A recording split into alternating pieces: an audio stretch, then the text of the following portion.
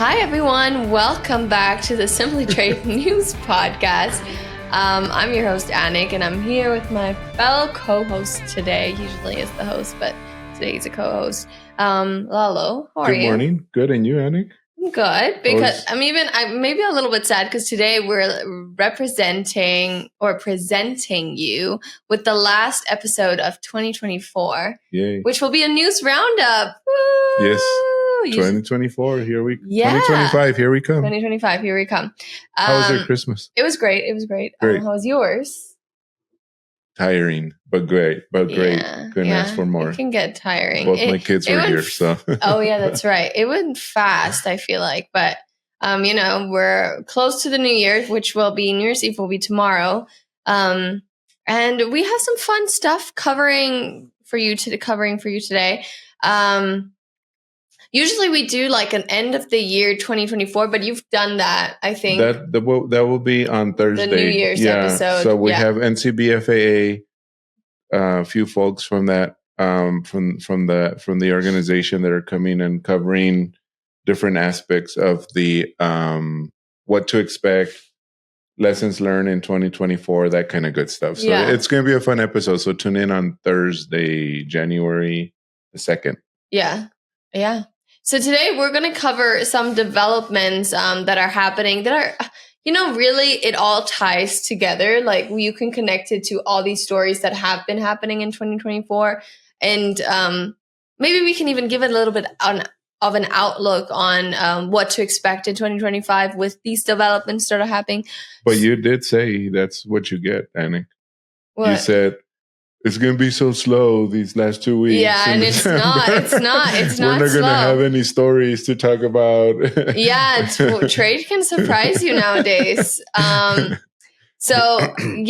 unpack the first event, which is so our first story takes us to the border of El Paso, where we are right now, because a woman has been indicted for the alleged distribution of drug manufacturing equipment.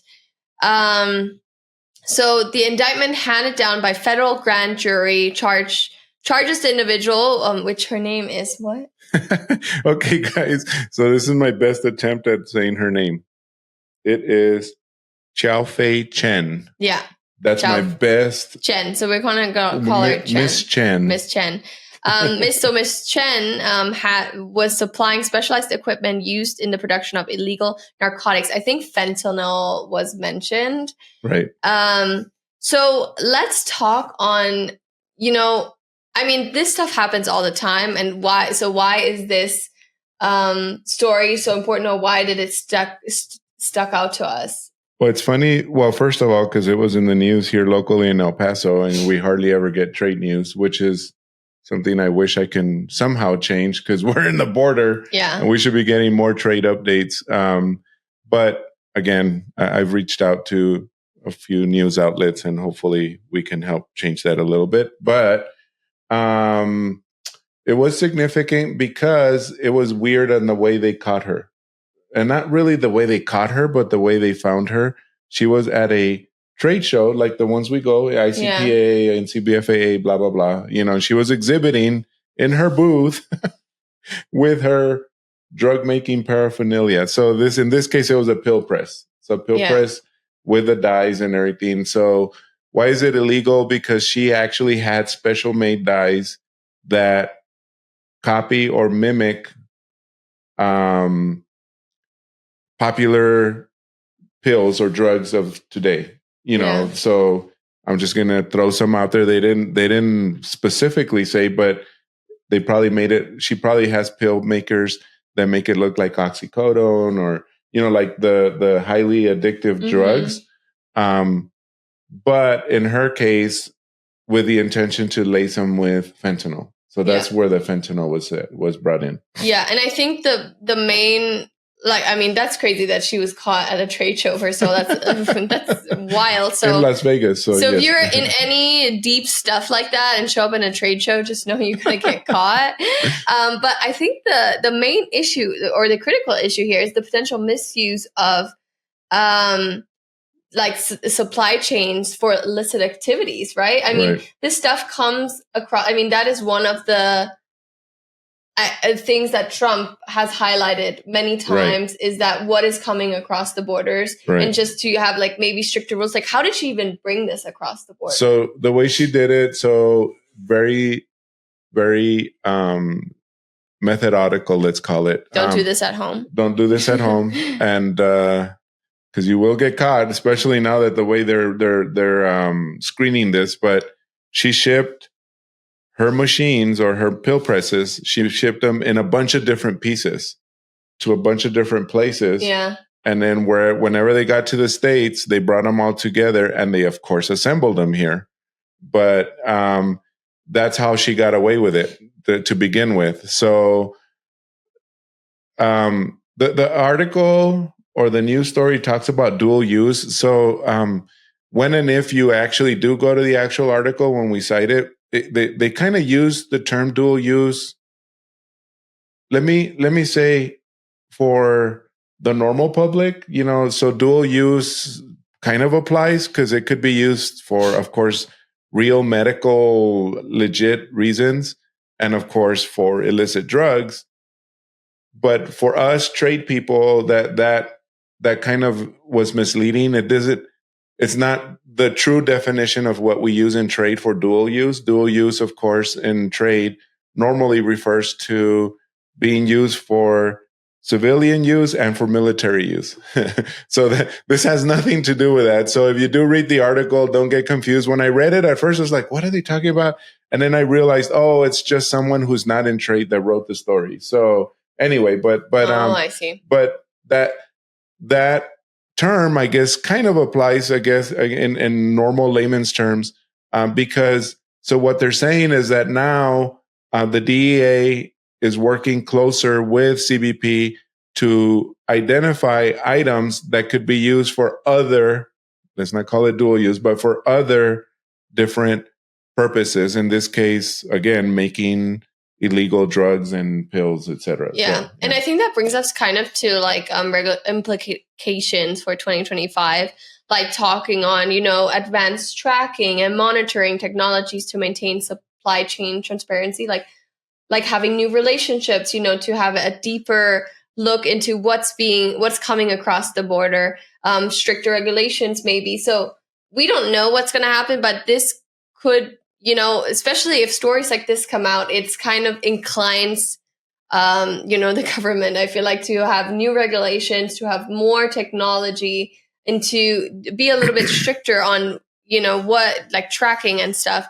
So we don't know what will happen, but I think that those are implications that could be implemented in 2025. Right. And then going into 2025, this is obviously something that she imported with the help of a broker. I'm not going to say that this is the broker's fault at all. I mean, it's absolutely not their fault.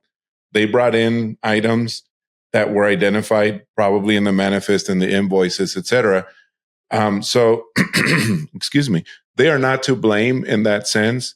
But let's go into like further digging and say whoever is helping or facilitating the import process, maybe a little bit more training. That's what I dug in a little deeper into the story and did more research, because obviously the story, like I said, came from a probably a non-trade person, yeah. And they just wrote it and everything. So I kept on digging and I found a little bit more information, and it in my research has said, and this is just coming from the research and not necessarily from myself. Well, sort of from myself because I'm in training, but they suggested CBP and DEA in this particular case suggested that brokers or freight forwarders, et cetera, whoever is helping for the physical clearance of the items, be more trained to raise a red flag as to this could be used for X normally, but it could also be used for Y. You know what I mean? And so, again, their suggestion is maybe work with the service community and within trade to help fight things like this. This is one of those cases where it does hurt our community and our society by making drugs, etc. That kind of stuff. So maybe it should be like just raise a red flag. I mean, of course, it's not your responsibility to be the cops at the border. That's why we have CBP and DEA.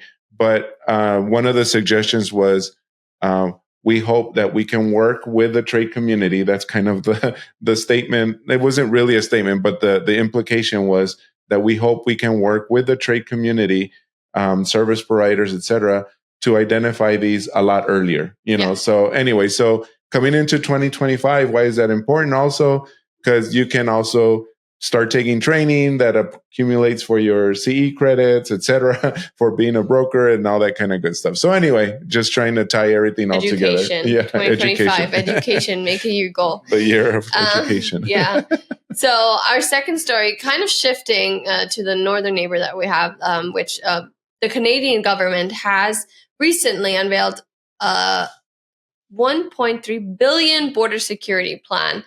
Which kind of was coming because of Trump's tariff. I don't want to say, how do you say it? Because it's not. The 25% tariff. But he hasn't implemented it. It's just no, but his threat. His threat, yes. Or his. Well, they do call it a threat. They do call it a threat. It's not like it's a different kind of threat. Yes. So, so basically, why?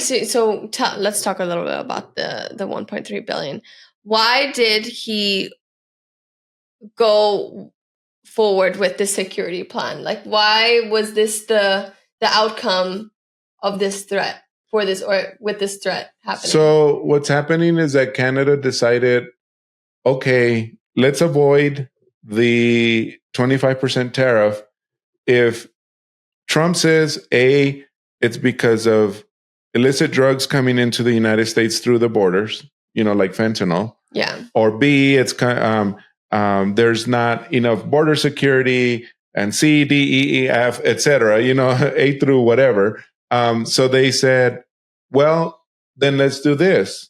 Let's go ahead and secure our border a little more by implementing what we call they said like advanced AI tools, state-of-the-art imaging equipment, additional border patrol agents, infrastructure upgrades. Obviously, you can go really into detail what those things mean, but ultimately, I think it's kind of a genius thing. Well, it is. Well, and they did it for that purpose. They very specifically came out and said, we are implementing this 1.3 billion expenditure. Which that's a wild amount. Well, so here's the thing. Trump said, if you don't do anything, improve all of this, I'm going to do the 25%. So Canada right away came and said, guess what? We're doing this plan. Here it is. We're going to improve border security. We're going to improve inspections. We're going to improve, like the enforcement of maybe finding and avoiding the export from their country, import into our country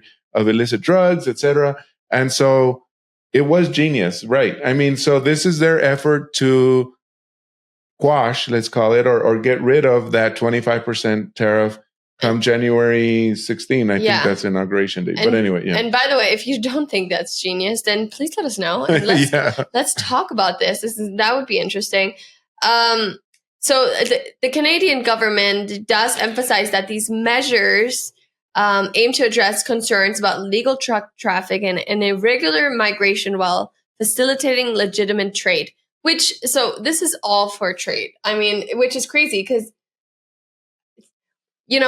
when we talk about the government, in my life, I think about social issues and, you kind of go in that direction. But in our job, it's kind of nice because it's really, the government ties so much into trade. Like, we can truly talk. We have so much things to cover once he comes to office because everything he's kind of made a threat on affects trade, directly. Yes. The tariff things and we can kind of discuss what's happening now. Canada is implementing something. What's Mexico going to do? So it's gonna be fun, or not, maybe not fun. Right. Exciting. No, these are just bad words right now. Interesting. Here we go.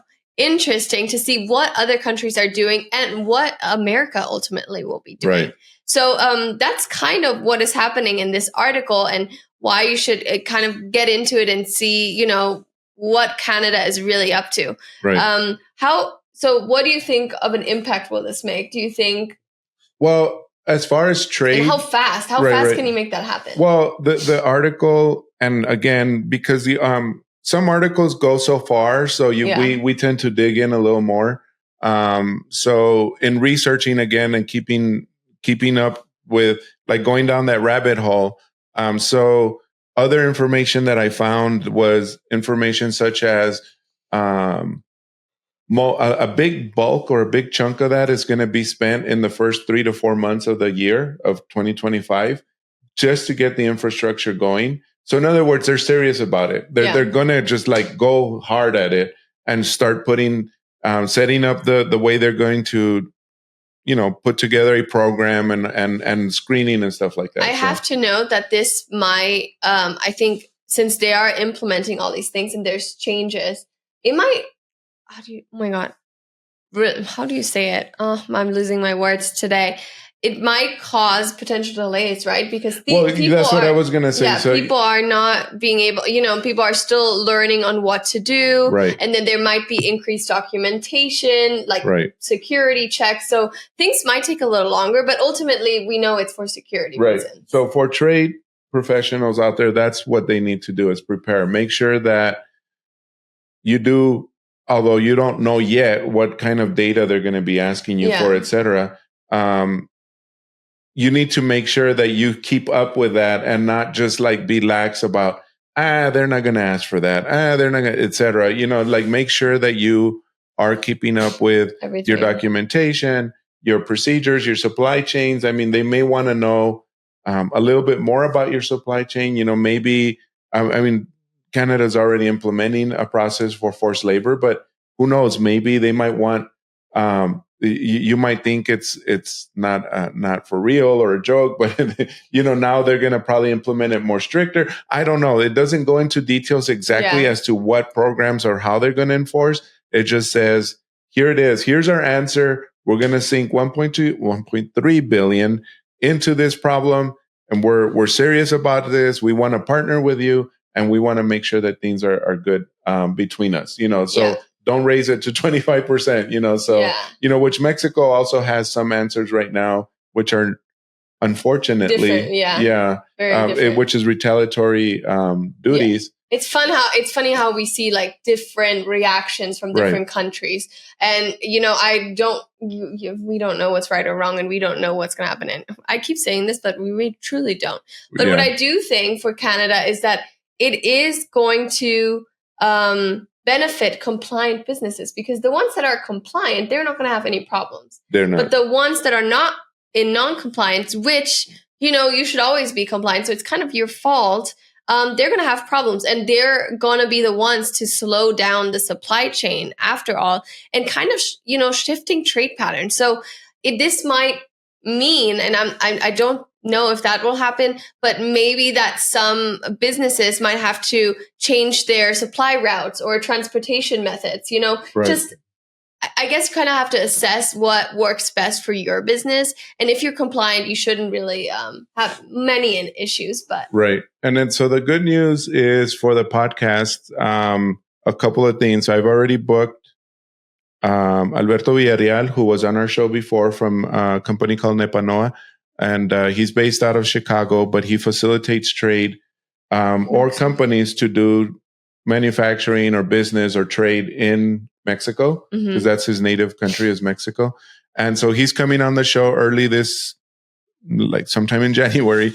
And so we're going to have him and maybe talk about, by the time he's on the show, President Trump would have already been inaugurated. So we're going to talk about, you know, like any trade implications, what hopefully we'll know by then if he was bluffing on the 25% or not. Well, anyway, he's going to update us on how that's going to affect business. Perfect, right? Because we're not experts here. We just know enough to get in trouble.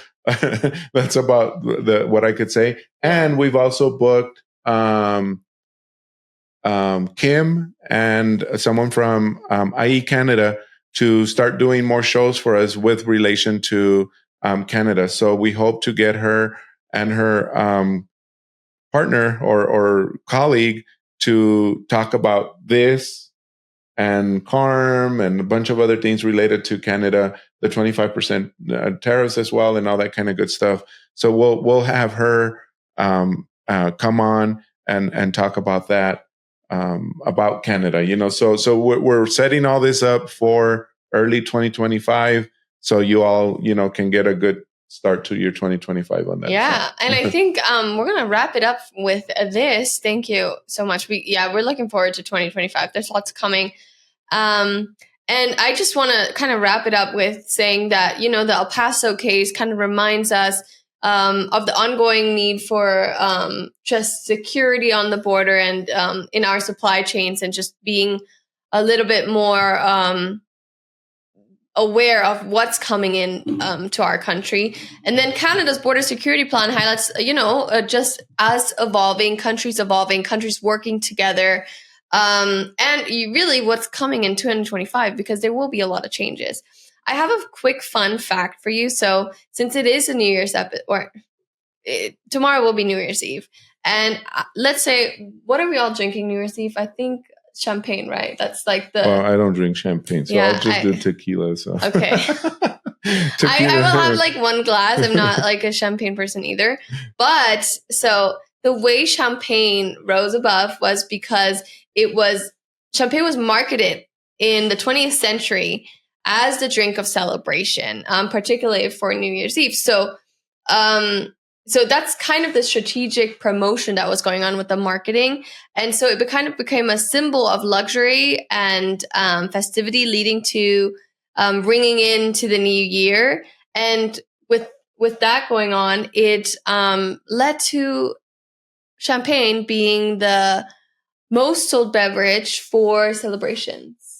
Crazy. So the French worldwide, I guess the French did that. Yeah, because you can't call champagne unless it comes from the Champagne region of France. Champagne. Yes. So even though here in the U.S. there's a lot of places, a lot of wineries that make champagne, but they call it sparkling wine. Sparkling wine, really? Yeah. Oh yeah, sparkling white wine. That's interesting. Because it's like tequila. You cannot call it tequila unless it comes from the certain regions in Mexico that are. You cannot call it Kentucky bourbon if it doesn't come from Kentucky. You cannot call it Tennessee whiskey. Whoa, fun fact. We have a show, fun fact too, now that you're saying that, that we're planning on talking about that, which is Appalachian. So anyway, just another fun fact. See, lots to come. Well, anywho, we thank you for listening to this show and any show that you've listened to. And if this is your first show, thank you your first news roundup. Thank you for tuning in. We will have them every Monday, and we're excited for what is to come. And we want to wish you a great start into the new year. I hope you're celebrating with your friends, your loved ones, whoever you want to celebrate with. Maybe even alone. That's also a great start to the year. And we wish you the best for 2025. Thank you for listening. Bye. Bye.